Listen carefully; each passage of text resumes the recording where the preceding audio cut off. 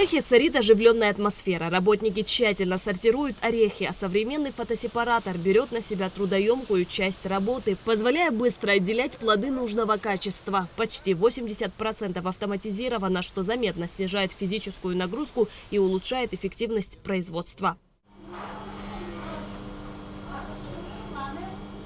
Уже 5-й год в Тхуарчалском районе действует цех по переработке фундука. Имеется и собственная сырьевая база. Посевы ореха занимают около 100 гектаров земли. В этом году собрано около 70 тонн. Урожай все еще продолжают собирать. Современное оборудование, высокий уровень механизации делают производство надежным и перспективным. Один стол, может, вот у нас 3 стола, здесь стоят еще один 4-й стол на улице, но мы его не используем. У нас нет такого объема ореха, чтобы ломать. Может в день до 3 тонн вот наши 3 стола могут орех чищенный чистить, расфасовать, калибровать и подготовить к отправке. В цех принимают продукцию фундука и от сельчан. В зависимости от качества цена варьируется от 150 до 170 рублей. Предприятие способно подготовить и экспортировать до 700 тонн очищенного ореха в год. Для производства 500-600 тонн готовой продукции требуется около 1500-2000 тонн неломанного ореха. В этом и заключается основная проблема. В последнее время заметно, что орех в скорлупе начал экспортироваться в Грузию, что, безусловно, сказывается на работе цеха. Мы не можем заключать договора с какими-нибудь такими крупными потребителями, кондитерами, оптовыми покупателями из-за того, что мы не можем объем подготовить. Министр сельского хозяйства посетил цех по улице Кецба в Галском районе. Цех работает уже 8 лет и обеспечивает рабочими местами местных жителей. В начале сезона было 15 рабочих, однако из-за малого объема сырья сегодня работают всего лишь 5 женщин. В данный момент я принимаю 160-165 рублей хорошего качества. Смотрим качество, ломаем мы 100 штук. Из 100 штук, сколько хорошего выйдет, на 18 рублей умножаю. После покупки орех проходит несколько этапов обработки. Продукция поступает в сыром виде, поэтому ее сначала сушат в специальных баках. Затем орех калибруют, ломают и отправляют по ленте к рабочим для сортировки. Отделяют хороший орех от плохого. Готовая продукция реализуется в Москву. Тонн 50-60 я отправила, работала где-то 4 месяца. 4 месяца работала, остальное время мы сидели. А зарплату платила я впустую людям. Я же не могу людей отпустить домой, то что нету работы. В Галском районе министр сельского хозяйства посетил еще один цех по улице Векуа. Ситуация здесь такая же. Весь рабочий процесс выполняется вручную, включает несколько этапов.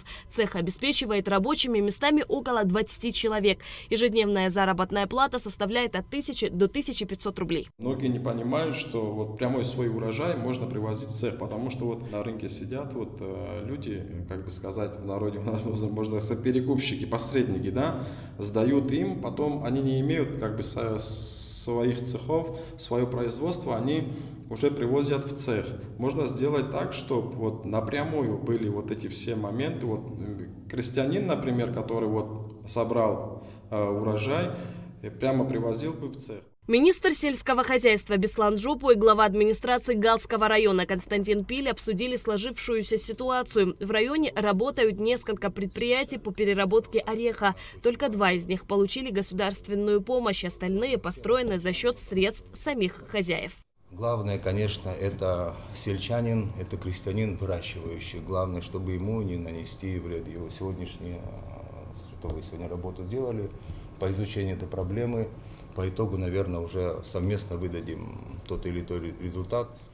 Наши предприятия первым долгом должны быть обеспечены сырьем, прежде чем предприятия, которые находятся за пределами Абхазии, если это не повлияет на ценовую политику для крестьян. Да, самое главное, это главное. Урожай ореха в Абхазии в этом году хороший. На территории республики насчитывается более 10 тысяч гектаров ореховых плантаций, и потенциальный объем производства составляет 15-20 тысяч тонн. Через российскую границу в разные годы по таможенным данным перевозилось от 6 до 12 тысяч тонн орехов.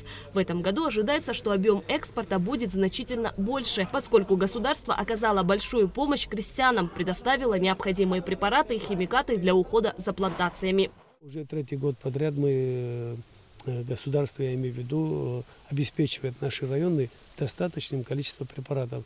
Эти препараты приобретены по линии развития сельского хозяйства местным бюджетом Республики Абхазия, и также приобретены по гуманитарной линии. Именно сельхоз нам помог России, также и международные организации, но большое количество, конечно, мы приобретаем именно необходимое количество именно из бюджетных средств. И поэтому мы смогли обеспечить районы, что сказалось на урожайности.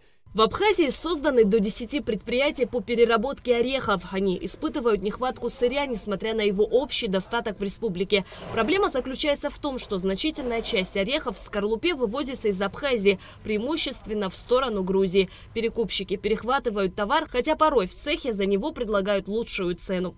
Должны просто выйти с предложением к руководству, потому как к нам обращаются.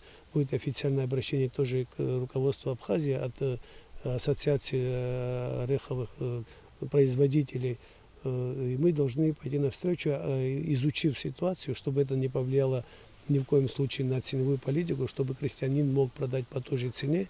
То есть на сегодня мы изучили и знаем, что такая же цена, как и для тех, кто перевозит через границу в скорлупе и предприятия. И в то же время мы получим, что крестьяне продадут выгодно свою продукцию, и наши предприятия тоже будут работать. После детального изучения проблемы планируется обратиться к руководству страны с предложением рассмотреть вопрос о временном запрете вывоза орехов в скорлупе за пределы республики.